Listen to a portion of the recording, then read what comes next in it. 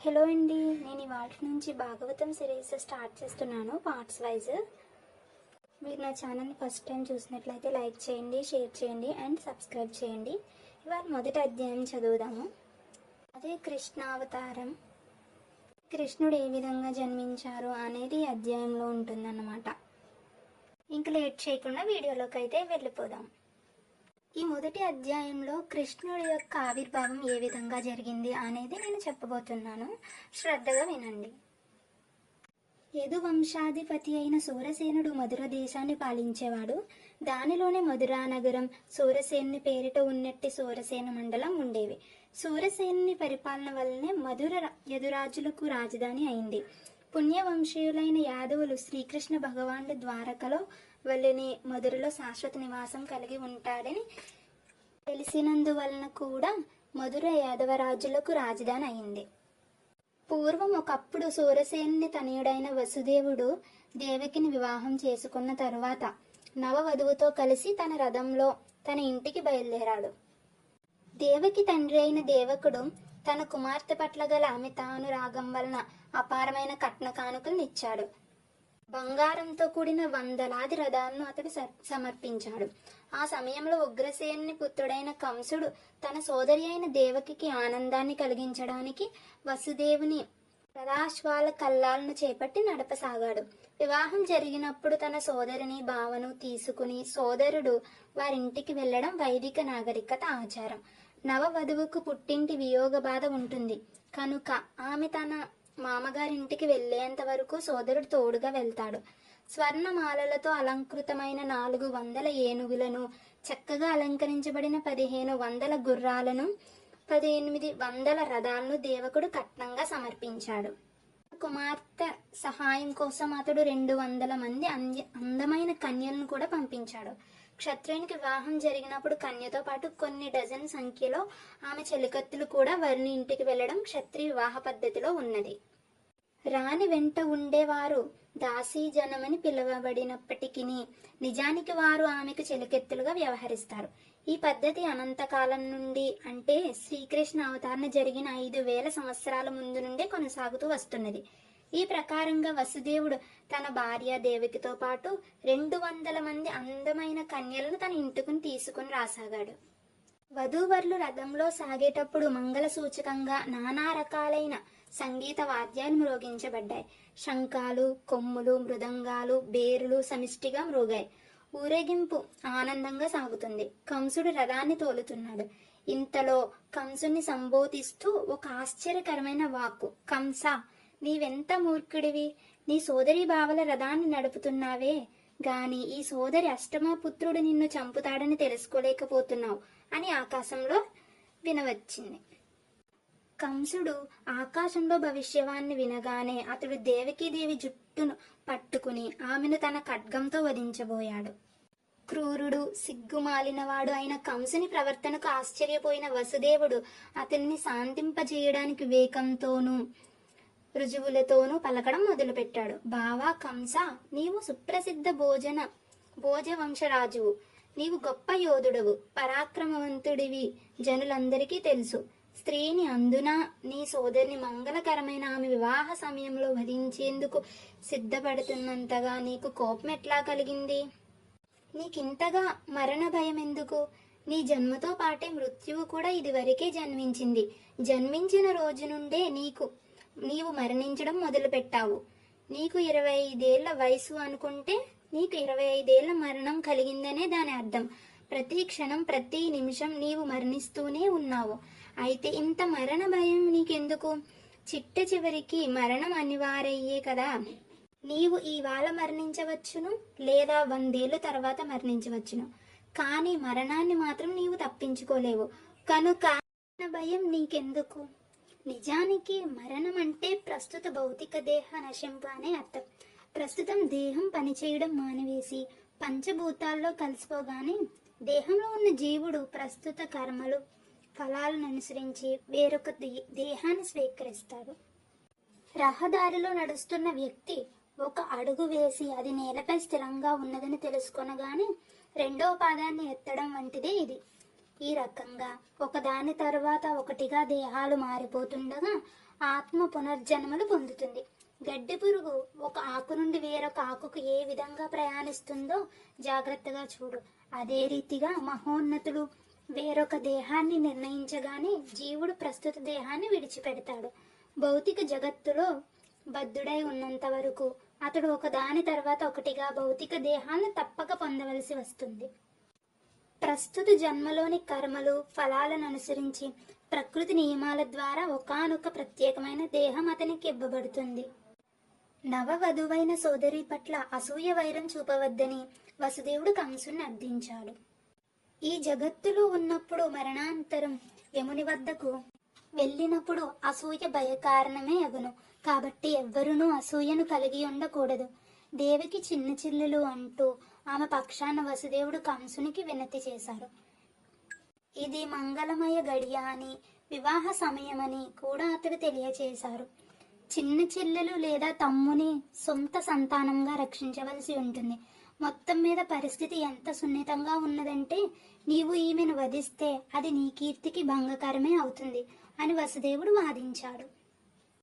ఈ ప్రకారంగా వసుదేవుడు మంచి ఉపదేశం ద్వారా, తాత్విక వివేచన ద్వారా కంసుని శాంతింపజేయడానికి ప్రయత్నించినప్పటికీ దానవ సాంగత్య కారణంగా ఆ అసురుడు వినలేదు. ఉన్నత రాజవంశంలో జన్మించినప్పటికీ దానవ సాంగత్యం వలన కంసుడు అసురుడుగా అయ్యాడు.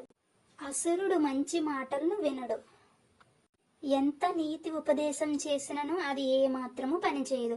అదే విధంగా దానవ స్వభావులు లేదా నాస్తికులు ఎంతటి ప్రామాణికమైన ఉపదేశాన్నైనా ఎంత మాత్రం ఒంటి పట్టించుకోలేరు. దేవతలకు దానవులకు తేడా ఇదే.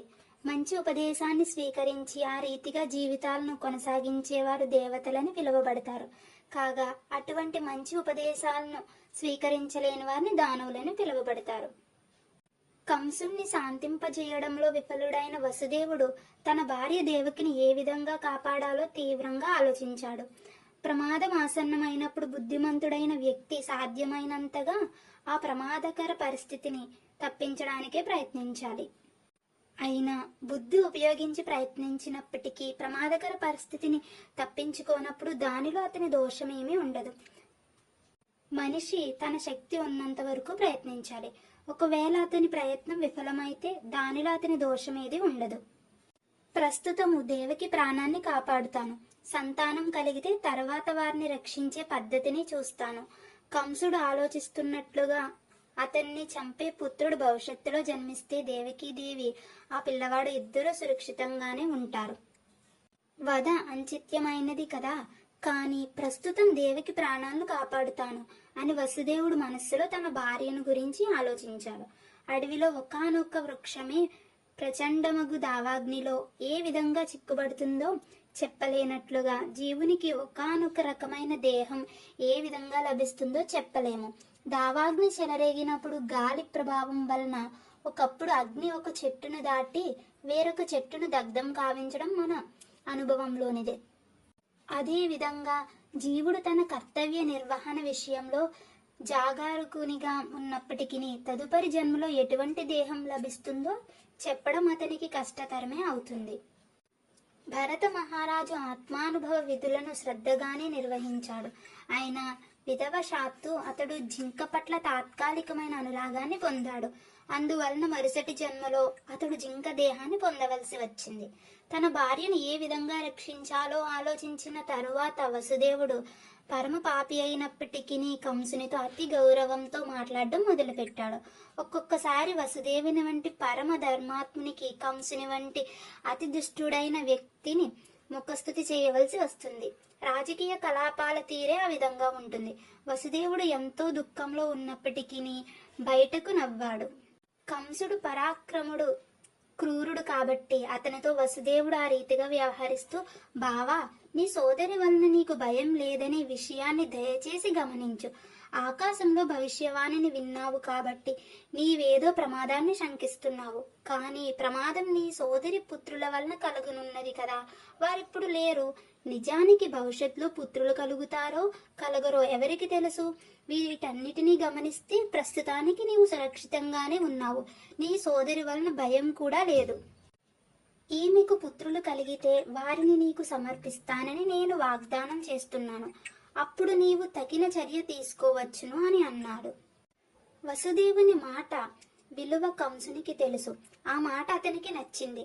అందువలన హేయమైన సోదరి వదను అతడు ప్రస్తుతానికి మానుకున్నాడు. తరువాత వసుదేవుడు ప్రసన్నుడై కంసుని నిర్ణయాన్ని మెచ్చుకుని తన ఇంటికి చేరుకున్నారు. ఆ తరువాత దేవకి కాలక్రమంలో ప్రతి సంవత్సరం ఒక శిశువును ప్రసవించింది. ఆ విధంగా ఆమెకు 8 పుత్రులు, 1 పుత్రిక కలిగారు. మొదటి పుత్రుడు జన్మించినప్పుడు వసుదేవుడు తానిచ్చిన మాట మేరకు ఆ శిశువును వెంటనే కంసుని చెంతకు తెచ్చాడు. మహోన్నతుడైన వసుదేవుడు మాటను నిలబెట్టుకోవడంలో సుప్రసిద్ధుడు. ఆ ఖ్యాతిని అతడు నిలబెట్టుకోవాలనుకున్నాడు. అప్పుడే పుట్టిన శిశువును అప్పగించడము అతనికి అత్యంత బాధాకరమే. అయినప్పటికీ కంసుడు ఆ పిల్లవాడిని ఆనందంతో స్వీకరించాడు. కానీ అతడు వసుదేవుని నడవడితో దయార్థ హృదయుడు అయ్యాడు. నిజానికి ఈ సంఘటన ఎంతో ఆదర్శనీయమైనది. వసుదేవుని వంటి మహాత్మునికి విధి నిర్వహణలో దుఃఖమయమైనదే లేనేలేదు. అతని వంటి బుద్ధిమంతుడు నిస్సంకోచంగా తన కర్తవ్య పాలనను చేస్తాడు. ఇంకొక ప్రక్క కంసుని వంటి దానవుడు ఎటువంటి హేయమైన కార్యానికైనా వెనుకాడడు.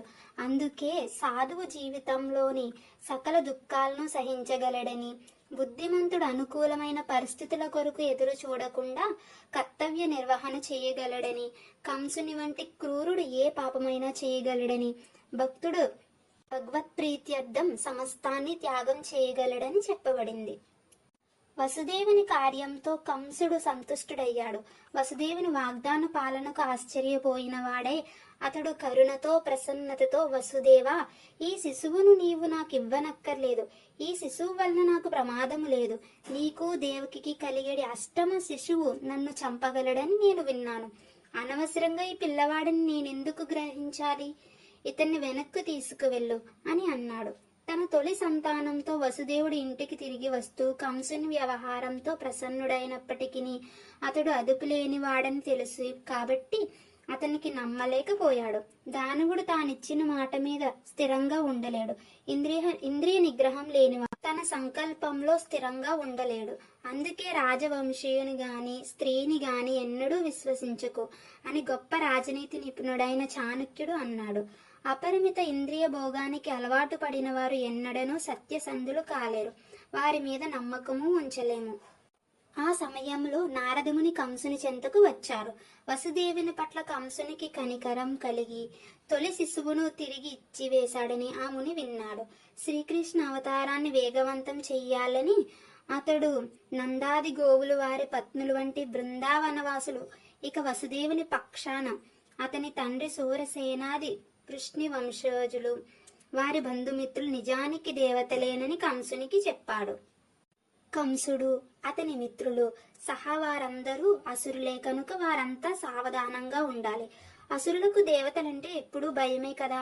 వివిధ వంశాల్లో దేవతల ఆవిర్భావాన్ని గురించి నారదుడు తెలపగానే కంసుడు ఒక్కమారుగా భీతుడయ్యాడు.